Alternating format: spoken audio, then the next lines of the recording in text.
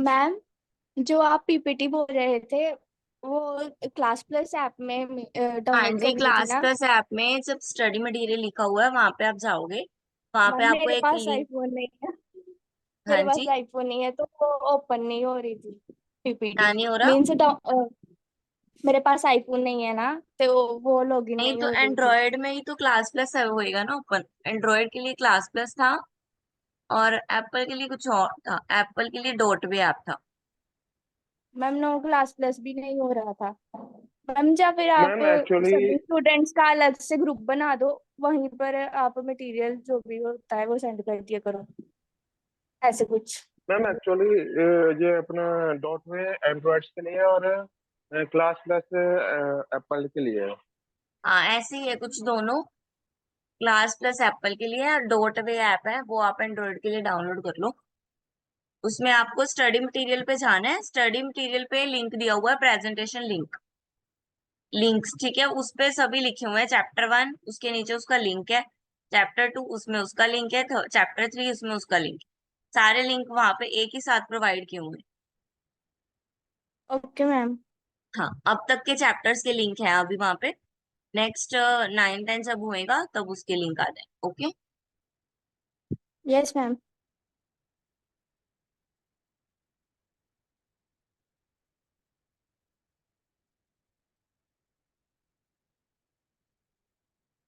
हाँ जी, कल हमने कोस्टिंग पढ़ा था। कोस्ट अकाउंटिंग पढ़ा था, जिसमें हमने देखा कि कोस्ट अकाउंटिंग कैसे बनेगा। ये प्रिपरेशन है कोस्ट अकाउंटिंग की। ये सिर्फ प्राइम कोस्ट निकालने का तरीका है। ठीक है, प्राइम कोस्ट में निकालने से पहले हमें ये सब निकालना पड़ेगा। ठीक है, सबसे पहले क्या लिखा है? ओपनिंग। इन द एंड इसका मतलब ये है कि हमने सारी कॉस्ट ऑफ गुड सोल्ड निकालना। ठीक है, ओपनिंग प्लस परचेजेस। अगर कैरेज इनवर्ड है, ध्यान से नाम पढ़ना, कैरेज इनवर्ड। इनवर्ड है तो ऐड, आउटवर्ड है तो माइनस। ठीक है, फिर कस्टम ड्यूटी ऐड कर देनी है, क्लोजिंग स्टॉक लेस कर देना है। अगर कोई रॉ मटेरियल कंज्यूम किया है डायरेक्ट, वो ऐड करना है। डायरेक्ट वेजेस, डायरेक्ट एक्सपेंसेस, तीनों डायरेक्ट चीजें ऐड कर देनी। देन आपकी आएगी प्राइम कॉस्ट। ठीक है, प्राइम कॉस्ट में फिर आपने फैक्ट्री रिलेटेड काम करना है। इट मीन्स फैक्ट्री का ओवरहेड डालना है। फिर इनडायरेक्ट चीजें डालनी है। Leave wages, over time premium, fuel, oil, factory rent यानी कि रिलेटेड टू फैक्ट्री। ठीक है, फैक्ट्री की इंश्योरेंस, फैक्ट्री की लाइटिंग, फैक्ट्री का सुपरवाइजर, फैक्ट्री की स्टेशनरी, फैक्ट्री की कैंटीन, फैक्ट्री की रिपेयर, फैक्ट्री की work salary, depreciation, work expenses, gas water, drawing. ये सब डालने के बाद लेस क्या क्या करना है? लेस होगा सेल्स ऑफ स्क्रैप, यानी कि जो भी हमें रिटर्न में आया। हमने न्यूज़पेपर खरीदा, न्यूज़पेपर को पढ़ा भी, ठीक है, और उसके बाद उसको रद्दी में बेच दिया। फिर जो रद्दी में बेचने के बाद हमें उसके पैसे मिले, दैट इज स्क्रैप। यानी कि वेस्ट मटेरियल से भी जब हमने कुछ पैसे कमाए, दैट इज स्क्रैप। फिर ओपनिंग स्टॉक ऐड कर देना है, क्लोजिंग माइनस कर देना। वर्क इन प्रोग्रेस का, ठीक है, उसमें ओपनिंग स्टॉक लेना था, इसमें ओपनिंग स्टॉक लेना है। इसमें रॉ मटेरियल चल रहा है ऊपर, फैक्ट्री में आ गया वर्क इन प्रोग्रेस। देन अब हमारी ऑफिस वर्क आ गया सारा। तो related to office like administration overhead, office salary, director fees, office rent, office stationery, office expensive, depreciation and repair of office equipment, depreciation of office furniture, trade journal, office lighting, travelling expense, portal, legal, audit, cost of production. तो इसमें अब यहाँ था, बन रहा था माल, office में आके वो माल बन चुका है, अब उसको सेल और परचेज करना है। इट मीन्स ऑफिस में क्या आएगा? फाइनल गुड आएगा। फाइनल गुड आ गया, अब उसकी सेल करनी है। सेल कैसे करेंगे? एडवर्टाइजिंग, ठीक है, बैड डेट्स हो गए, जो भी सेल्स और डिस्ट्रीब्यूशन में हमें लगते हैं, ठीक है। Packaging, carriage outward, carriage outward यहाँ आएगा, देख लो, ठीक है। Commission, collection, travelling expense, post, expenses of sale branches, then cost of good sale आ गई। उसमें अगर तो प्रॉफिट दिया हुआ है, देन प्रॉफिट ऐड करके सेल्स निकाल लेंगे, और अगर सेल्स दी हुई है तो सेल्स में से ये माइनस करके प्रॉफिट निकाल लें। क्लियर है?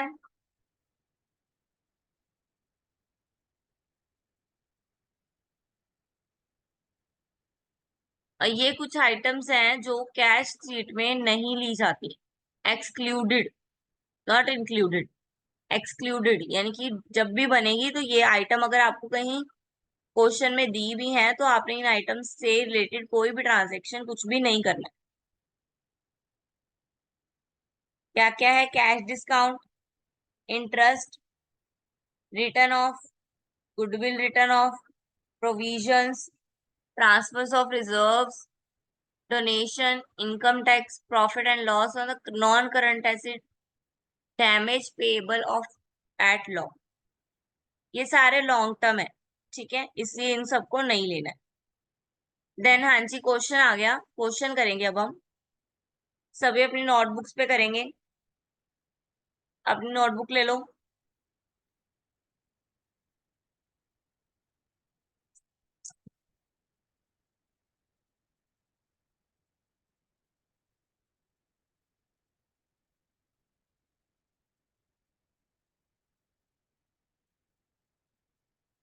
नोटबुक ले ली, करें शुरू। हाँ जी, रॉ मटेरियल का स्टॉक है 1 सितंबर का, 1 सितंबर और 30 सितंबर, तो ओपनिंग कौन सा आएगा इसमें से?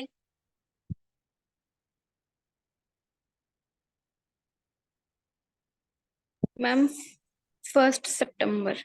हाँ जी, तो 1 सितंबर को ओपनिंग स्टॉक लिख के लिख दो, opening stock of raw material. Then add करने वाली आइटम्स लेंगे सारी पहले। हाँ जी, जो डायरेक्ट है वो आएगा पहले, तो direct wages, work in progress नहीं आएगा, परचेज ऑफ रॉ मटेरियल आएगा, फैक्ट्री रेंट भी नहीं आएगा,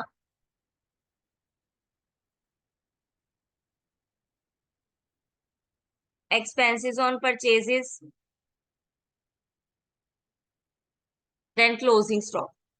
देन आप इससे निकल के आ जाएगा आपका, ये देखो, प्राइम कॉस्ट निकल के आएगी, stock, purchases, expenses, closing stock, direct wages,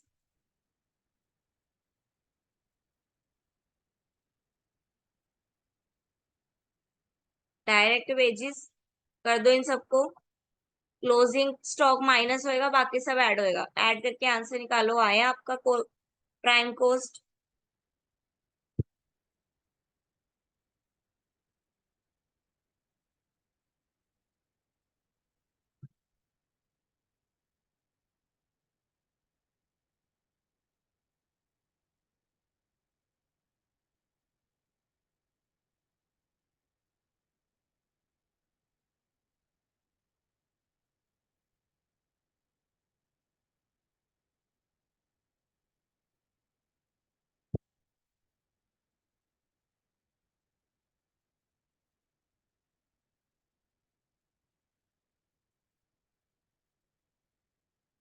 हाँ जी, प्राइम कॉस्ट आ गई।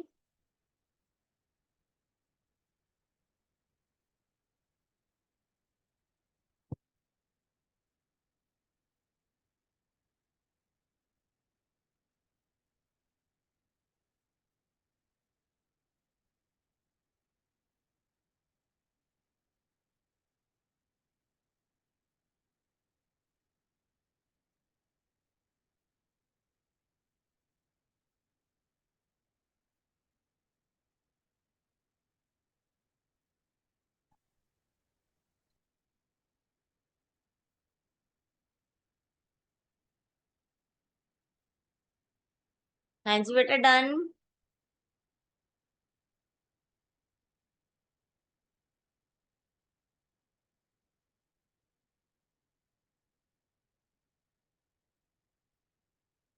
नेक्स्ट हमने पढ़ा था कि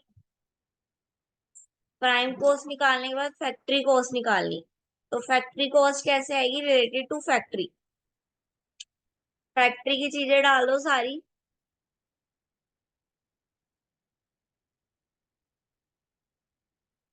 हाँ जी। Indirect wages, work in progress, opening at, closing minus, factory rent,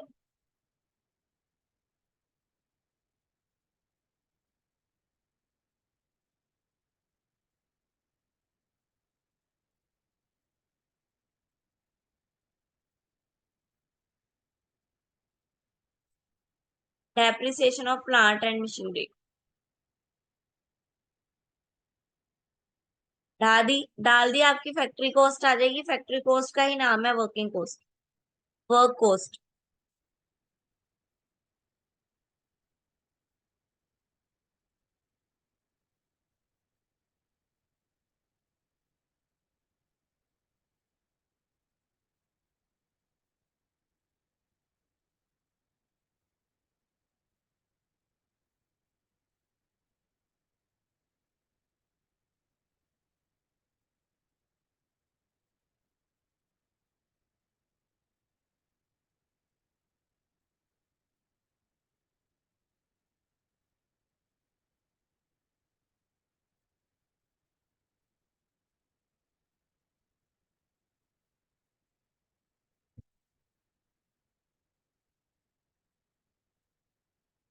हाँ जी, डन। बेटा बोलो।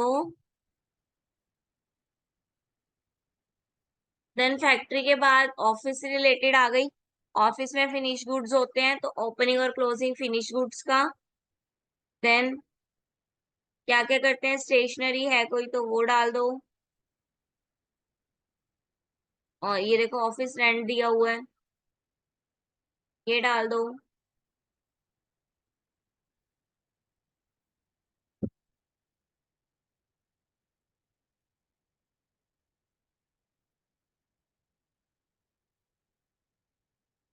डाल दिया। हमारे पास आ गया कॉस्ट ऑफ गुड्स सोल्ड, यानी कि कॉस्ट ऑफ प्रोडक्शन।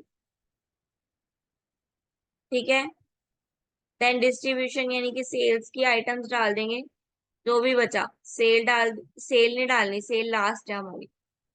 यानी कि हमें सेल दी हुई है, इट मीन्स हमें प्रॉफिट फाइंड आउट करना है। ठीक है। ये सारी आइटम्स हो चुकी हैं इधर से। Carriage outward, advertisement, travelling wages and commission.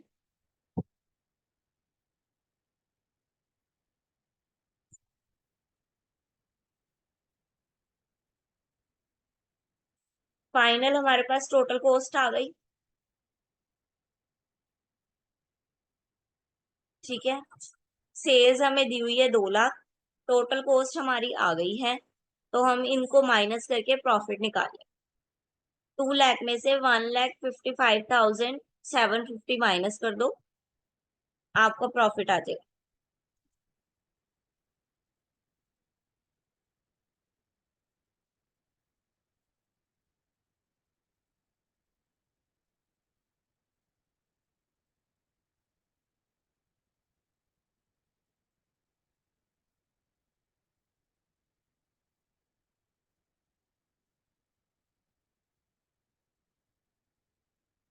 हाँ जी, done.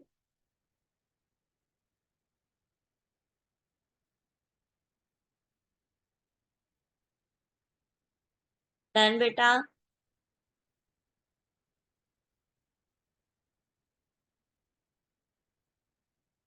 Yes ma'am.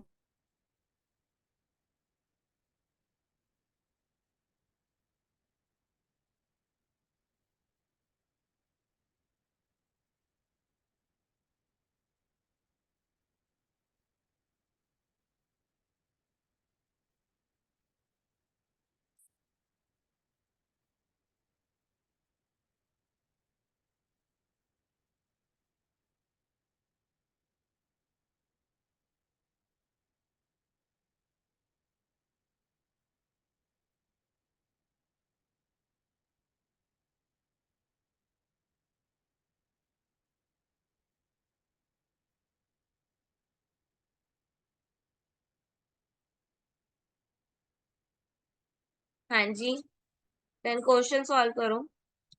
Dash is the cash and cash equivalents value satisfied for cost services expected and bring a current or future benefit to the organization.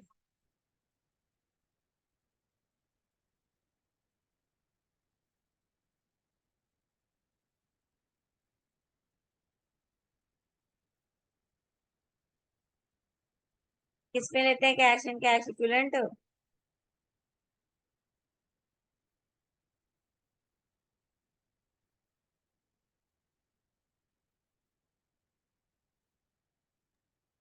हम cost हाँ जी, ma'am then cost cost accounting, then destruction of profit by fire. किसमें क्या है? ये fire से एक property जो है वो डिस्ट्रॉय हो गई। कॉस्ट है, एक्सपेंस है, लॉस है, रेवेन्यू है। एक्सपेंस मैम लॉस लॉस है बेटा। एक्सपेंस होता है हमारा खर्चा होना, जिसमें हमारे पैसे जा रहे हैं। ये तो लॉस है, पड़ी पड़ी प्रॉपर्टी में फायर आग लग गई। Asset in a balance sheet, इनमें से कौन सी बैलेंस शीट में ऐसे शो करते हैं?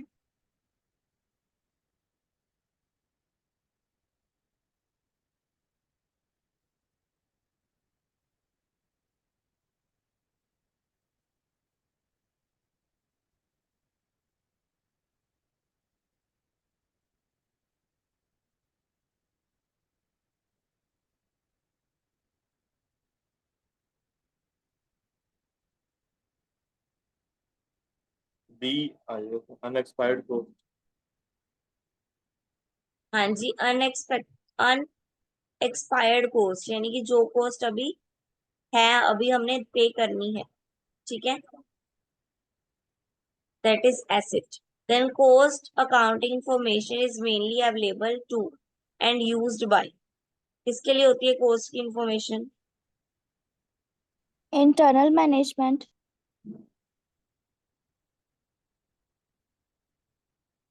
सोचो थोड़ा।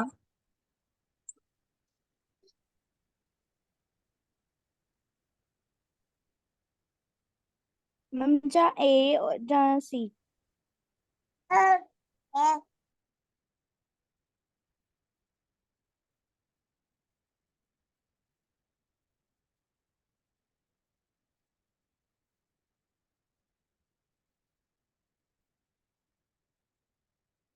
internal management.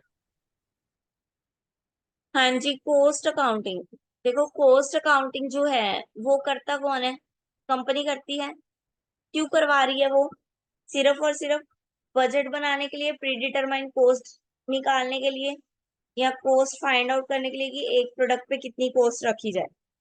तो ये सब काम किसके हैं? इंटरनल के है ना, that's why internal management. Creditor का इसमें कोई रोल नहीं है कॉस्ट मैनेजमेंट में, उसको क्या लेना देना कॉस्ट मैनेजमेंट से? पोटेंशियल इन्वेस्टर्स भी नहीं, एक्सटर्नल पार्टीज भी नहीं। A technique to use economize the unit cost without lowering the quality of the product is known as।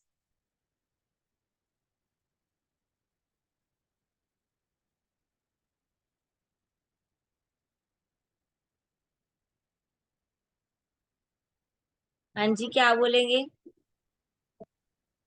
Cost control. हमने कॉस्ट कंट्रोल और कॉस्ट रिडक्शन दोनों पढ़े थे। किसमें क्वालिटी पे कॉम्प्रोमाइज नहीं किया जाता?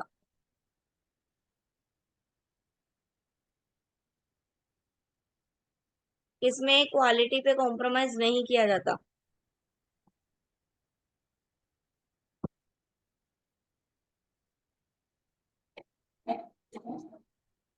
Without lowering the quality. Cost reduction में था। कॉस्ट कंट्रोल छोटा कंसेप्ट है, कॉस्ट रिडक्शन बड़ा कंसेप्ट है, नेवर एंडिंग कंसेप्ट है, ठीक है। देन नेक्स्ट पढ़ो क्वेश्चन।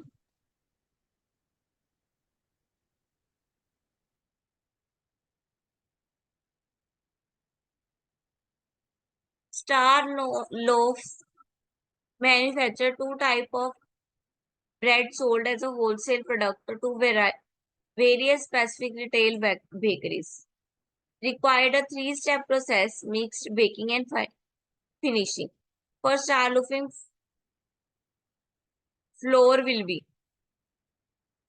2 तरह के प्रोडक्ट बना रहा है, ठीक है, 3 एक्टिविटीज है उसकी। तो जो फ्लोर होएगा, जो आटा लेगा वो किस फॉर्म का आएगा? Direct variable cost, Direct fixed cost. Direct fixed cost,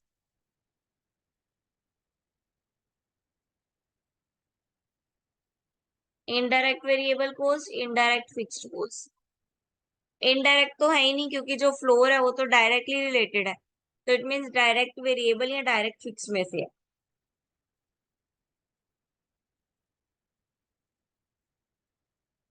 ठीक है, अब वो क्या बोल रहे हैं कि ये जो प्रोडक्ट है वो वेरियस रिटेलर्स को दे रहा है। ठीक है, कुछ रिटेलर उसको पास पड़ेंगे, कुछ रिटेलर उसको दूर पड़ेंगे, डिपेंड ऑन द रिटेलर्स ना, रिटेलर्स एरिया। तो ये जो इसकी कॉस्ट आएगी for floor, that will be direct variable cost.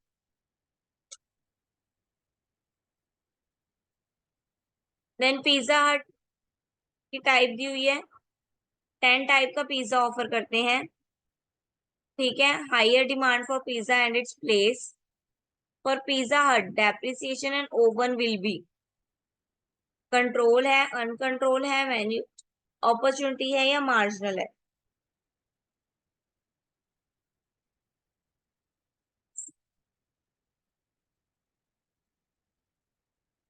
हाँ जी, Ma'am, uncontrollable cost.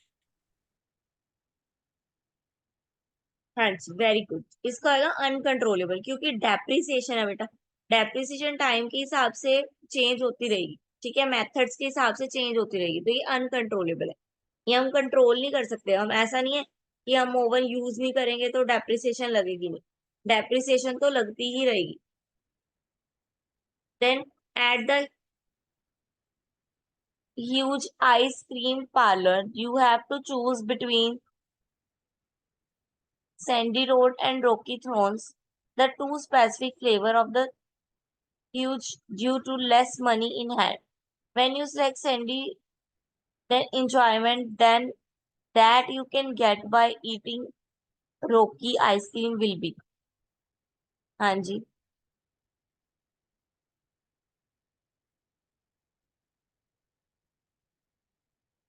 आपके पास 2 चॉइसेस हैं, आपने एक को चूज कर लिया, तो ये कौन सी कॉस्ट है? दूसरे का आपने सेक्रीफाइस कर दिया, जिसका सेक्रीफाइस किया तो वो क्या हुआ? हाँ जी, Ma'am, opportunity cost. Opportunity cost, very good. हमने पहले ही पढ़ा था, जो चीज हम सेक्रीफाइस कर रहे हैं वो हमारी अपॉर्चुनिटी थी जो हमने छोड़ दी है। ठीक है, the cost which remain constant in totally for various level of output but change unit wise indirectly with change in the level of output is known as, जो चेंज होती रहती है आउटपुट के चेंज होने से।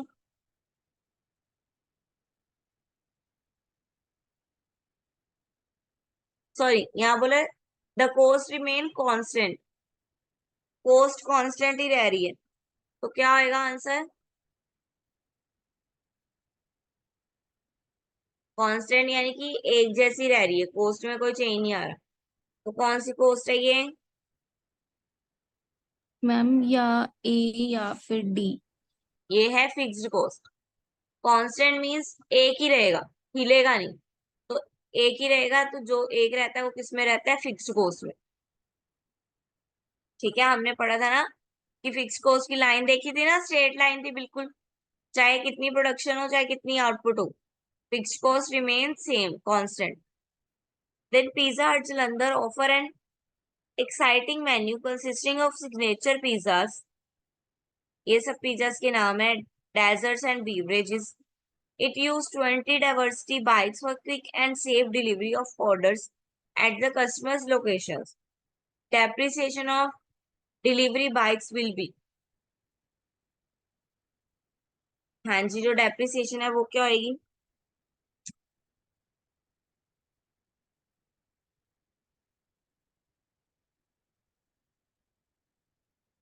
जो डेप्रिसिएशन होगी वो क्या होगी? फिक्स्ड ही होगी, वो फिक्स्ड कॉस्ट होगी हमारी। देन पढ़ो नेक्स्ट। रुद्रा मैनेजर है, ठीक है, डिजाइनर बुटीक का। उसको ऑर्डर आया है, स्टिच करना है एक लहंगा सिल्क फैब्रिक का। Lehenga was ready. Rudra started analyzing the various cost on depends how, मतलब उस पर स्पेंड किया उसने, वो उसकी कॉस्ट के बारे में सोचने लग गया। He got to know that the stitching of lehenga 8 meter of silk cloth is used versus 6 meter get as a standard for such lehenga. He asked the Mohit tailor for such deviation in the master's use. Mohit informed Rudra that due to the wrong cutting of clothes, 2 meter of fabric got waste.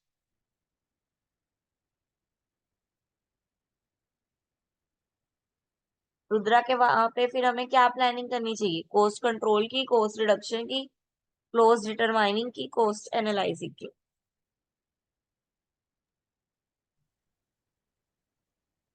हाँ जी, क्या करेंगे?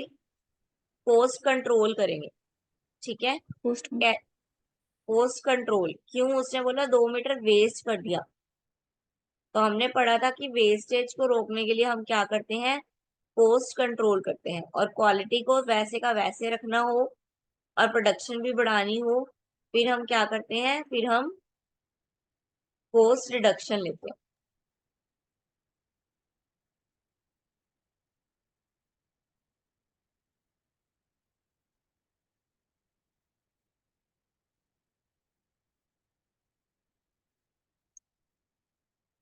हाँ जी, profit and loss calculate करो।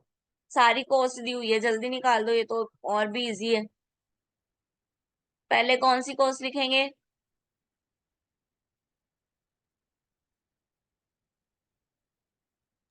हाँ Prime जी, cost. Prime cost. Prime cost में फिर कौन सी cost add करेंगे? Work cost. वर्क कॉस्ट, फिर कॉस्ट ऑफ प्रोडक्शन, फिर कॉस्ट ऑफ गुड्स सोल्ड।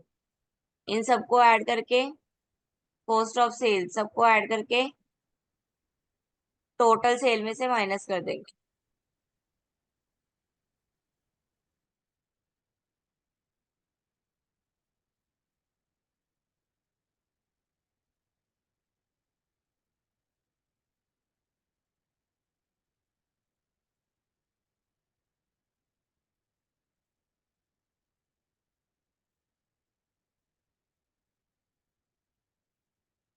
हाँ जी, आ गया आंसर।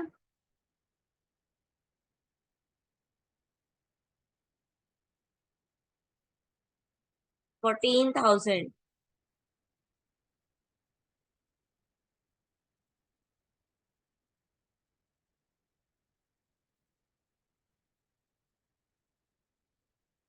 मैम ये लॉस है।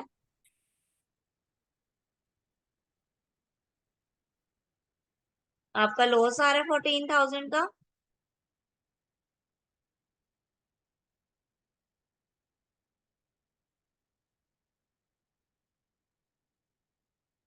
लॉस भी हो सकता है,